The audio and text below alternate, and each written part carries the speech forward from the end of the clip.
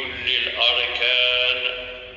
يقرؤون القرآن بصوت عال يهز البنيان،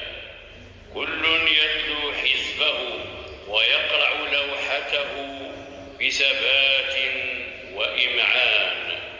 والفقيه تارة يسهو وتارة يشكر، فضحك عليه إثنان، وبعصاه ينزل على الأقرعين في أقصى المكان، فتزداد وتيرة الحفظ بأقصى مما كان، ثم تدخل امرأة